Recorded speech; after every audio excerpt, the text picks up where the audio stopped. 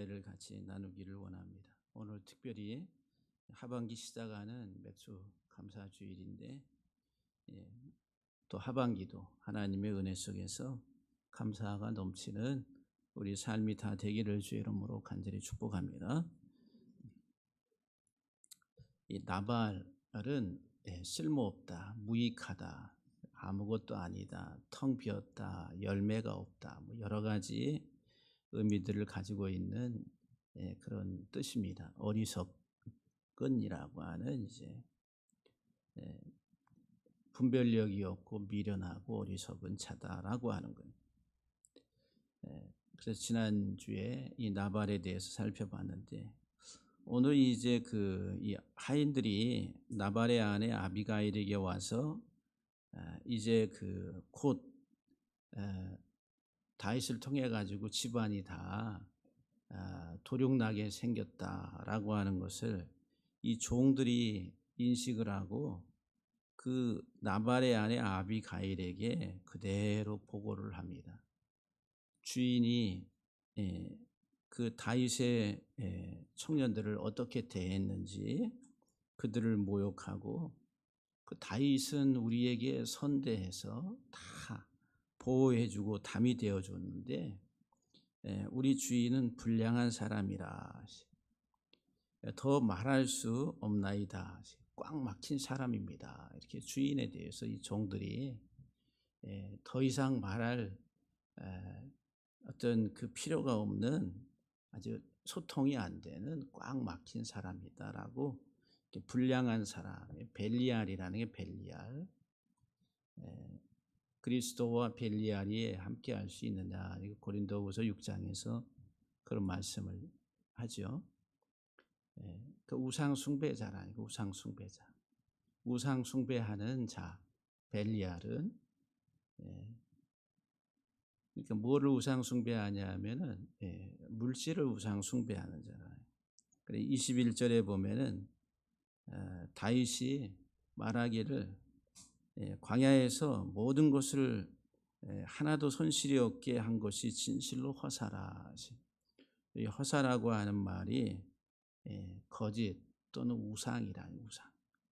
다 도와줘서 보호해주고 담이 돼서 막아주고 지켜줬는데 그 지켜준 재물이 그 나발에게는 우상이 됐다는 거예요. 우상.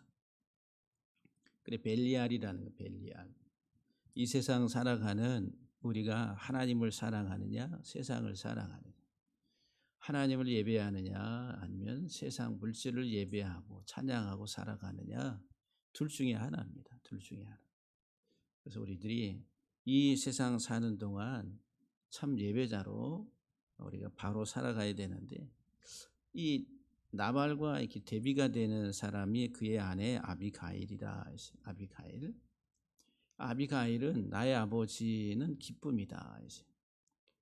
내 아버지의 기쁨. 또 내 아버지는 기뻐하신다. 이런 그런 기쁨하고 내 아버지가 합성이 됐어요. 아비 그러면은 내 아버지, 길 그러면은 기쁨, 기뻐하다 이 말. 내 아버지가 기뻐하신다. 하나님 아버지가 기뻐하는 딸, 우리가 이렇게 생각할 수가 있습니다. 나발은 무익한 종, 아무 유익이 없고 그 다음에 열매가 없는 어리석고 미련한 종이다. 그런데 아비가일은 지혜로운 여인이라. 지혜롭다 그랬어요. 오늘 이제 3절 말씀에 보면은 그 여자는 총명하고 용모가 아름다우니 그랬어요. 그러니까 총명하고 지혜롭고 아주 좋은 분별력, 이해력을 가지고 있다는 거예요. 그리고 용모가 아주 아름답다. 그러니까 이제 다윗이 이 아비가일을 보고서 다윗이 반했던 것 같아요. 상당히 좋은 이미지를 가지고 이 아비가일에게 반한. 그래서 이제 나중에 이 나발이 죽었을 때에 이 아비가일을 데려오라 해서 자기 아내로 삼았다라고 하는 거예요. 그러면 이 아비가일이 지혜롭고 아름다운 여인인데 오늘 본문에서 정말 지혜로운 이 여인의 행동에 있어서 첫 번째는 정말 하나님의 기쁨이 되는, 아버지의 기쁨이 되는 그런 하나님의 사람으로서 은혜를 아는 사람, 은혜를 아는 사람이죠. 나발은 은혜를 모르는 사람이에요. 그래서 종들까지도 다윗과 그의 청년들이 우리의 양떼들과 우리의 가축을 다 지켜주고 담이 돼서 하나도 손실을 입지 않도록 그렇게 보호해 줬는데, 우리 주인은 불량한 사람이라 오히려 선을 악으로 갚는, 그러니까 은혜를 모르는 사람, 나발은 은혜를 모르는 사람.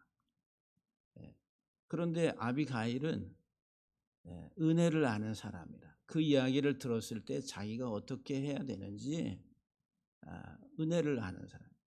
그 은혜를 아는 사람은 감사하는 사람이다. 그래서 오늘 18절에 보면은 아비가일이 잔뜩 이제 그 다윗의 청년들, 종들, 젊은이들을 위해서 떡과 그 다음에 포도주, 그 다음에 잡은 양 5마리, 볶은 곡식 5세와 건포도 100송이, 무화과 뭉치 200개 해가지고 바리바리 싸가지고 나귀에 싣고서 다윗을 만나러 간다라고 하는 거예요.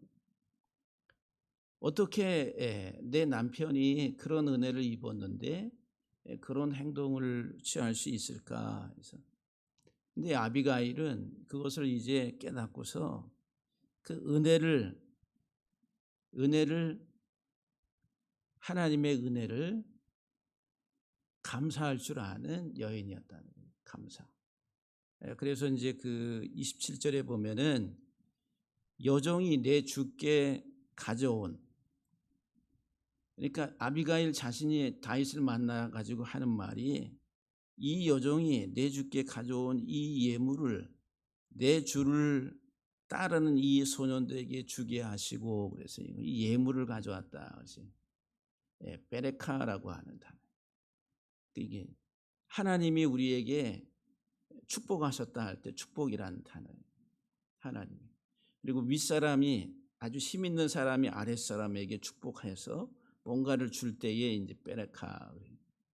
그런데 이제 받은 사람이, 그 혜택을 받은 사람이 윗사람에게 베레카 그러면은 감사하다, 찬양하다, 이런 말이에요. 그러니까 여기 이 예물은 감사는 감사. 당신이 우리 남편, 내 남편, 그리고 우리 소유물들에 대해서 당신의 청년들을 통해 가지고 지켜주신 것에 대해서 감사합니다, 찬양한다라고 하는 그런 의미예요. 감사해, 감사. 무릎 꿇다니까 무릎 꿇고 감사. 평생 살아가면서 이 세상에, 이 땅의 사람들은 참 이 감사함이 인색하지 않나 이런 생각을 합니다. 우리들은 이제 좀 뭔가 좀 더 있고 소유를 가지고 있고 많이 있을 때에는 감사하고 또 표현도 잘 할 수가 있다라고 생각하는데, 없을 때는 참 하기도 힘들고 그렇잖아요.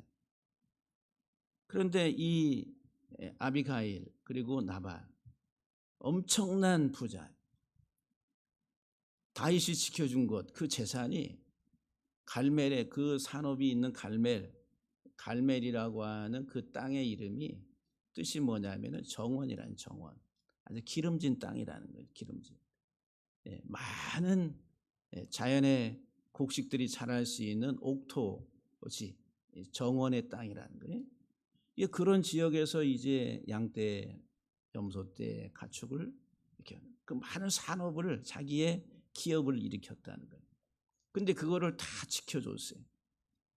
그러면은 그 다윗에게 대해서 조금이라도 감사하게, 그러세요. 그때 너무너무 고마웠는데 당연히 우리가 필요한 것들을 제공해 드려야지요. 라고 이렇게 반응을 보이고 하는 것이 그게 도리다라고 이야기할 수가 있어요.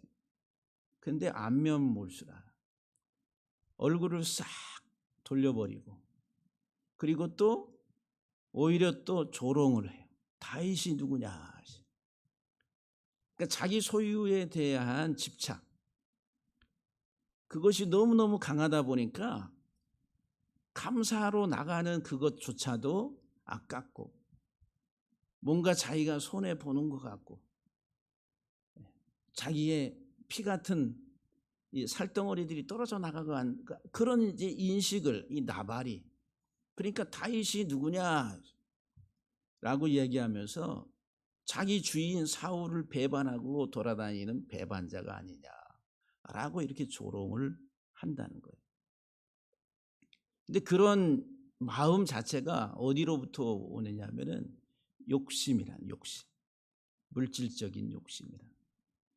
근데 이제 이 아비가일은 우리 남편이 어리석고 미련하여서 그렇게 했는데 먼저는 이제 감사의 표현을 하는 감사의 예물을 잔뜩 싣고서 가서 그것을 이제 다윗의 청년들에게 풀어서 먹고 마시게 하라고 그렇게 이야기합니다.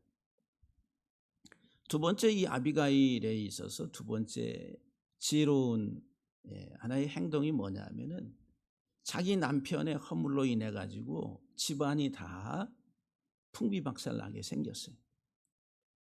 그러니까 이 집안을 지키려면 어떻게 해야 돼? 뭔가 대책을 세워야 되는데 그게 이제 남편의 허물을 자기가 떠안는 거예요. 그래서 아비가일이 다윗을 만났을 때 다윗에게 하는 말 가운데 제일 많이 나오는 하나의 표현이 뭐냐면은 내 주여 그랬어요. 다윗을 만나서 내 주여 원하건대 내 주는 이 불량한 사람 나발을 개의치 마소서 내 주여 내 주에게 하면서 내 주께서 내 주라고 하는 말이 요 다윗을 만나서 이제 이 아비가일이 얘기할 때 그 23절에서 30절까지 한글 성경만 봐도 27번 나와요.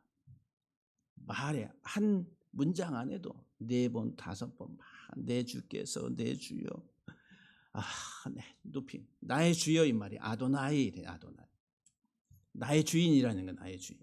우리가 하나님의 이름을 아도나이 나의 주여 이렇게 고백하잖아요. 그러니까 이 다윗에 대해서 아주 극존칭을 쓰면서 나의 주여라고 하면서 이 허물을 이 부족한 이 사람에게 돌리소서 하면서 이제 용서해달라고 이런 하나의 그 중보의 역할을 한다는 거예요. 중보자의 역할. 오늘 우리들이 이 공동체 안에서도 많은 불협화음이 있을 수 있는데 이런 아비가일 같은 지혜로운 여인들이 많을수록 어떻게 되겠어요? 공동체가 건강하겠죠. 그런데 나발 같은 사람이 많으면은 공동체는 어떻게 되겠어요? 요란합니다. 정상적으로 항해가 될 수가 없다라고 하는 거예요.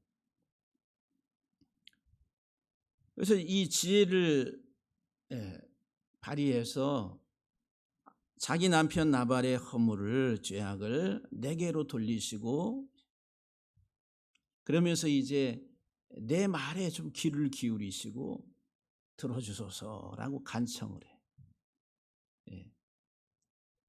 그러니까 다윗도 여인의 그 마음의 그 간절함을 들을 때에 다윗도 마음이 흔들린 것 같아요. 아주 지혜롭고 아리따운 여인이 그 아름답다 이 말이 야페라고 하는데 그 이 말의 능력이 있는 사람이라는 거예요. 그 히브리 문자를 가지고 보면은 참 말을 이쁘게 그리고 설득력 있게 합리적으로 말을 잘하는 사람. 단순히 용모 어떤 모습 그것을 말하는 게 아니라 그러니까 지금 내 말에 귀를 기울이소서. 내가 하는 말에 귀를 기울이다.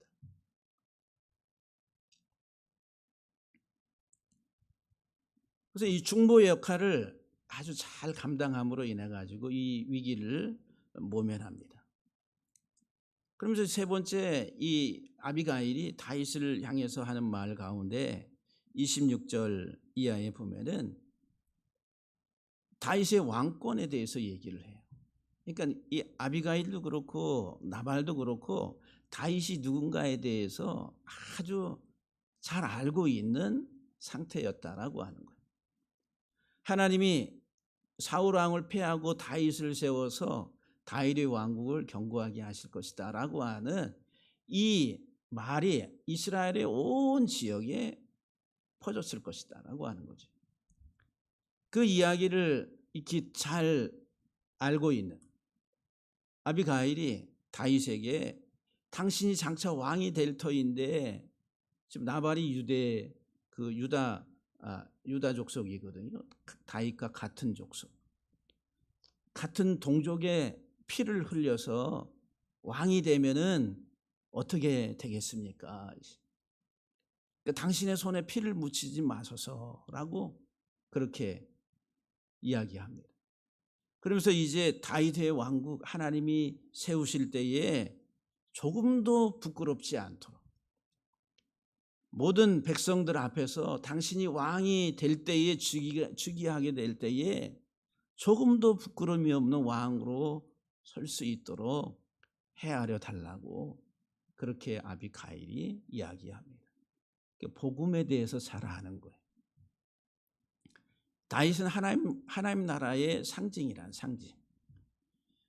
현대 교회에 우리가 아비가일처럼 신앙생활을 한다라고 하는 것은 이 세상 나라가 아니라 하나님 나라를 바라보면서 가는 거예요. 영원한 하나님 나라를 바라보면서 이 세상에서 흔들리지 아니하고 그 믿음 잃지 아니하고 가는 그 영적 지혜를 이 아비가일이 가지고 있었다라고 하는 거예요. 현실의 눈앞에 있는 물질적인 이 땅의 것들만 바라보고 생각하고 집착하는 사람은 하나님 나라가 안 보이겠죠. 대다수의 많은 사람들이 그렇게 살아갑니다. 아무쪼록 오늘 이 아비가일은 우리에게 그 이름에서 내 아버지의 기쁨이라. 특별히 그 기쁨이라고 하는 그 길, 아비가일 할 때 그 가일 길이라고 하는 게 기쁨. 어떤 때 기뻐하고 즐거워하느냐 하면은 제사를 드리고 나서 막 기뻐한다 할 때 사용하는 용어예요. 제사용 주로. 그러니까 하나님의 은혜, 하나님의 구속의 은혜를 알고 하나님 앞에서 기뻐하는 거예요. 그 하나님을 찬양하는 거예요. 이게 아비가일이에요. 아비가일. 오늘 우리 성도들이 정말 주 안에서 아버지의 기쁨이 되는 하나님께서 우리에게 기쁨을 가져다 주신 그 기쁨을 통해서 즐거움을 통해서 즐거워하고 기뻐하며 아버지 하나님 앞에 영광이 되는 오늘 이 아비가일이 다윗에게 행했던 이런 모습들이 오늘 우리의 삶의 영적인 삶에 있어서 하나의 중요한 하나의 이정표가 되기를 주의 이름으로 간절히 축복합니다. 기도합니다.